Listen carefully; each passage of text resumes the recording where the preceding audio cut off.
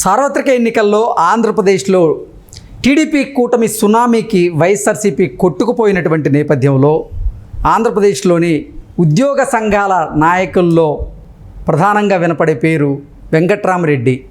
ఆ వెంకట్రామరెడ్డి రిజల్ట్ వచ్చిన తర్వాత ఎక్కడా కనపడడం లేదు. ఆయన జాడ ఎక్కడ అనేటువంటి అంశం ఇప్పుడు సర్వత్రా చర్చనీయాంశంగా మారినటువంటి నేపథ్యంలో ఈ అంశం మీద మనం చర్చించుకునేటువంటి ప్రయత్నం చేద్దాం. ప్రస్తుతం మనతో పాటు ఉన్నారు ప్రముఖ రాజకీయ విశ్లేషకులు, ప్రముఖ సీనియర్ జర్నలిస్ట్ సిఎస్ రావు గారు. సార్తో మాట్లాడు. Sir hi. హలో. ఆంధ్రప్రదేశ్లో రిజల్ట్ వచ్చిన తర్వాత ఉద్యోగ సంఘాల నాయకుడైనటువంటి వెంకట్రామరెడ్డి గారి జాడ ఎక్కడా కనపడటం లేదు అనేటువంటి చర్చ పెద్ద ఎత్తున మొదలైంది. దీని మీద మీ విశ్లేషణ ఏంటి? సో ఒకటి ఏంటంటే, ఒక క్యాన్సర్ వచ్చినప్పుడు ఆ పార్ట్ తీసేయాలి, అదర్వైజ్ మొత్తం శరీరాన్ని పాకుతుంది.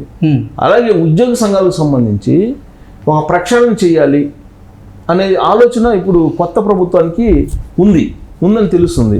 ఎందుకనంటే జగన్మోహన్ రెడ్డి అధికారంలో ఉన్నప్పుడు ఉద్యోగ సంఘాలకు సంబంధించినటువంటి నేతలు ఎవరైతే ఉన్నారో వాళ్ళు కొంతమంది హవాను కొనసాగించారు. దానికి పర్యవసానంగా ఉద్యోగులేమో ఒకవైపు, ఉద్యోగ సంఘాల నేతలేమో మరొక వైపు అన్నట్టుగా మనకు కనిపించింది. వాళ్ళలో ప్రధానంగా వెంకట్రామరెడ్డి ఒకళ్ళు, చంద్రశేఖర్ రెడ్డి ఇంకొక అతను. వీళ్ళిద్దరు కూడా జగన్మోహన్ రెడ్డికి అంటకాగారు. అంటకాగడంతో పాటు జగన్మోహన్ రెడ్డి ఏం చెప్తే అది విన్నారు. ఉద్యోగుల్ని జగన్మోహన్ రెడ్డి వైపు అనుకూలంగా మార్చేటువంటి ప్రయత్నం కూడా చేశారు. ఎన్నికల కోడ్ వచ్చిన తర్వాత కూడా గ్రామ వార్డు సచివాలయానికి సంబంధించినటువంటి ఉద్యోగులతోటి రెగ్యులర్గా టచ్లో ఉండి వాళ్ళని వైఎస్ఆర్ కాంగ్రెస్ పార్టీకి ప్రచారం చేయాలని వాళ్ళకి ఆదేశాలు జారీ చేసినటువంటి ఉద్యోగ సంఘ నేత వెంకట్రామరెడ్డి. సరే, చంద్రశేఖర్ రెడ్డి రిటైర్ అయ్యారు. సరే, ఆయనకి ఏదో నామినేటెడ్ పోస్ట్ ఇచ్చారు, ఆయన తర్వాత తొలగించారు, అది వేరే విషయం. బట్ వెంకట్రామరెడ్డి సర్వీస్లో ఉంటూ ఆయన ప్రచారం చేశాడు. తర్వాత ఉద్యోగ సంఘాలకు సంబంధించి అసలు ఎన్ని ఉండాలి, వాటికి ఎన్ని పెట్టుకోవాలి అనే దాని మీద ఒక ప్రత్యేకమైనటువంటి చట్టం తీసుకురావాలని చెప్పి అనుకుంటున్నారు. ఈవెన్ తెలంగాణలో కూడా తెలంగాణ ముఖ్యమంత్రి రేవంత్ రెడ్డి కూడా ఉద్యోగ సంఘాలకు సంబంధించిన సమీక్ష చేయాలని చెప్పేసి ఒకనొక టైంలో అనుకున్నారు. ఇంకా అది ఈ లోపల ఎలక్షన్ కోడ్ వచ్చింది, ఆగిపోయింది. ఇప్పుడు వాస్తవంగా ఆంధ్రప్రదేశ్ తీసుకుంటే ఉద్యోగ సంఘాలు కొన్ని పదుల్లో ఉన్నాయి. ఈ ఉద్యోగ సంఘాలకు సంబంధించినటువంటి ఆఫీస్ బేరర్స్ ఎవరైతే ఉన్నారో వాళ్ళు విధులకు హాజరు కాదు ఎక్కడా కూడా. ఎందుకని ఉద్యోగ సంఘాలు పెట్టుకున్నారు, ఆ సంఘాలు ఆఫీస్ బేరర్స్ అని చెప్పుకొని వీళ్ళేమో విధులకు హాజరు కాదు. విధులకు హాజరు కాకుండా శాలరీస్ తీసుకుంటున్నారు. ఇలా తీసుకుంటున్నటువంటి వాళ్ళు సుమారుగా 1000 మంది ఉన్నారని చెప్పి తెలుస్తుంది. 1000 మంది 1000 మంది అంటే చిన్న విషయం కాదు కదా. ఆంధ్రప్రదేశ్లో 1000 మంది పనిచేయకుండా కేవలం ఉద్యోగ సంఘాలు అనేటువంటి పేరు పెట్టుకొని ఉద్యోగ సంఘాల్లో ఆఫీస్ బేరర్స్గా ఉంటూ వాళ్ళు విధులకు హాజరు కాకుండా, డిపార్ట్మెంట్స్కి హాజరు కాకుండా జీతాలు తీసుకుంటున్నారు. సరే, అదొక అంశం అయితే, ఈ ఉద్యోగ సంఘాల పేరుతో ప్రతి వాళ్ళు నాయకులుగా తయారయ్యి వీళ్ళు ప్రభుత్వంలో ఎవరొస్తే వాళ్ళ పక్షాన్ని నిలబడి అసలు ఉద్యోగ సమస్యలు మర్చిపోతున్నారు. ఉద్యోగ సంఘాలు పెట్టుకుని ఎందుకు? ఉద్యోగుల సమస్యలు తీర్చడానికి. కానీ వీళ్ళు ఏం చేస్తున్నారు? ఉద్యోగ సంఘాల నేతలు అధికారంలో ఎవరుంటే వాళ్ళ దగ్గర పోయి మిలాఖత్ అయిపోయి వాళ్ళ స్వప్రయోజనాల కోసం వాళ్ళు లాబింగ్ చేసుకుంటూ వాళ్ళు కాలం గడిపేస్తున్నారు. దాంతో ఇప్పుడు వచ్చినటువంటి కొత్త ప్రభుత్వం వెంకట్రామరెడ్డి లాంటి వాళ్ళని కట్టడి చేయాలి, ఉద్యోగ సంఘాలని ప్రక్షాళన చేయాలి అనేటువంటి ఒక ఆలోచనతో ఒక ప్రత్యేకమైనటువంటి చట్టాన్ని తీసుకొచ్చి మొత్తం ప్రక్షాళన చేసేటువంటి కార్యక్రమం చేస్తున్నటువంటి క్రమంలో అసలు వెంకట్రామరెడ్డి ఎక్కడున్నాడు, ముందు ఆయన బట్టరండి అని చెప్పేటువంటి కార్యక్రమానికి ఇప్పుడు శ్రీకారం చుట్టారు. ఇప్పటి వరకు వెంకట్రామరెడ్డి రిజల్ట్ వచ్చిన తర్వాత ఎక్కడ కూడా కనిపించట్లేదు. యాక్చువల్గా ఆయన సచివాలయానికి సంబంధించినటువంటి ఉద్యోగి, సచివాలయంలో ఉండాలి ఆయన, కానీ ప్రభుత్వ ఉద్యోగుల సంఘానికి సంబంధించిన నేత ఆయన, కానీ ఆయన ఉద్యోగాలకి రావట్లేదు. కావాలని దానికి కారణం ఏంటి? ఆఫీస్ బేరర్ అని చెప్తుంటాడు. కాబట్టి ఇలాంటి ఉపశమనం అనేది ఉండకూడదు. 1000 మంది పనిచేయకుండా ఉద్యోగంలో లక్షల రూపాయల జీతాలు తీసుకుంటున్నారంటే అది ప్రజాధనం కదా. ఇలాంటి పరిస్థితి పోవాలి. వెంకట్రామరెడ్డి లాంటి వాళ్ళని కట్టడి చేయాలి. లేదంటే రాజకీయాల్లో ఈ ఉద్యోగ సంఘాలకు సంబంధించిన నేతలు పెత్తనం చెలాయిస్తున్నారు అనేది వినిపిస్తుంది. ఒకటి, అసలు వాళ్ళే చెప్తున్నారు కదా, గతంలో వాళ్ళే చెప్పారు కదా, మేము ప్రభుత్వాలని పడగొట్టగలం, ప్రభుత్వాన్ని నిలబెట్టగలం అని చెప్పి వాళ్ళే చెప్పారు. అంటే ఆ విధంగా వాళ్ళు మాట్లాడే స్థాయికి వచ్చారంటే ఖచ్చితంగా వాళ్ళని కట్టడి చేయాల్సిన అవసరం ఉంది. వాళ్ళని కట్టడి చేయాలంటే మార్గం ఏంటి? పుట్టగొడుగుల మాదిరిగా ఉద్యోగ సంఘాలు వెలవకూడదు. దానికి కొన్ని గైడ్లైన్స్ ప్రిపేర్ అవ్వాలి. ఉద్యోగ సంఘాలు ఉండాల్సిందే, కానీ విచ్చలవిడిగా మతానికి ఒకటి, కులానికి ఒకటి, ప్రాంతానికి ఒకటి ఉద్యోగ సంఘాలు పెట్టుకొని ప్రతివాడు ఉద్యోగ సంఘాలు పెట్టుకొని వాళ్ళు ఆఫీస్ బేరర్గా ఉంటే 1000 మందికి ఎవరు ఇస్తారు? రేపు 1000 మంది కాస్తే ఇంకా సంఖ్య పెరిగే అవకాశం ఉంది. మరి వాళ్ళందరికీ పని చేయకుండా జీతాలు ఎక్కడి నుంచి వస్తాయి?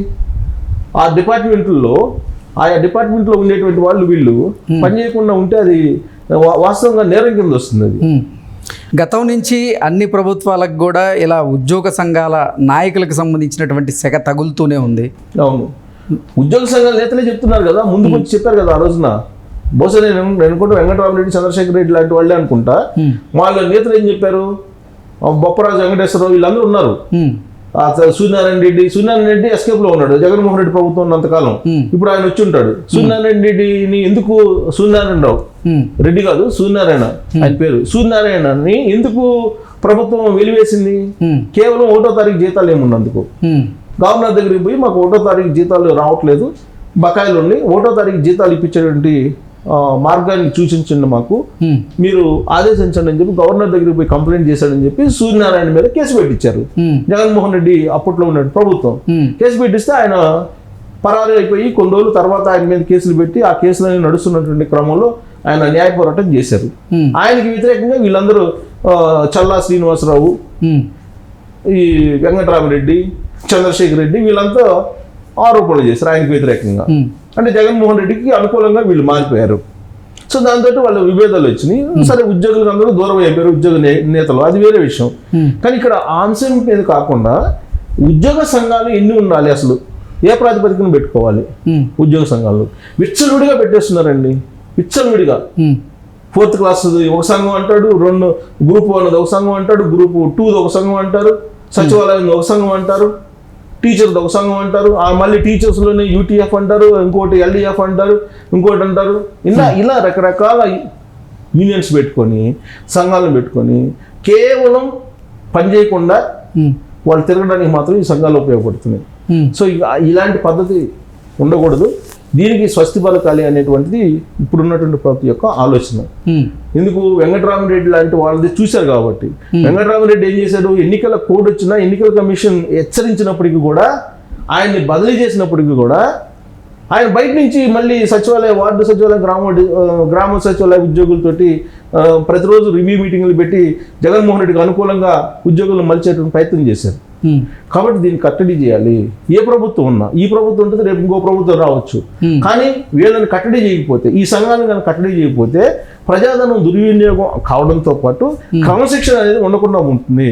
కాబట్టి ఉద్యోగ సంఘాలని ఉండేటువంటి వాటిని రద్దు చేయాలి. రద్దు చేసి అసలు వీటికి గైడ్లైన్స్ ఏంటి, ఎవరు ఎన్ని సంఘాలు ఉండాలి, ఎవరు పెట్టుకోవాలి, మతానికి, కులానికి, ప్రాంతానికి అలా కాదు. దానికి ఒక ప్రాతిపదిక నిర్ణయించి ఆ ప్రాతిపదిక మాత్రమే ఈ ఉద్యోగ సంఘాలకు సంబంధించినటువంటి సంఘాలు ఉండాలి అనేది ఒక చట్టం తీసుకురాబోతున్నారు. తీసుకొచ్చే అవకాశం కూడా ఉంది నాకు తెలిసినంత వరకు.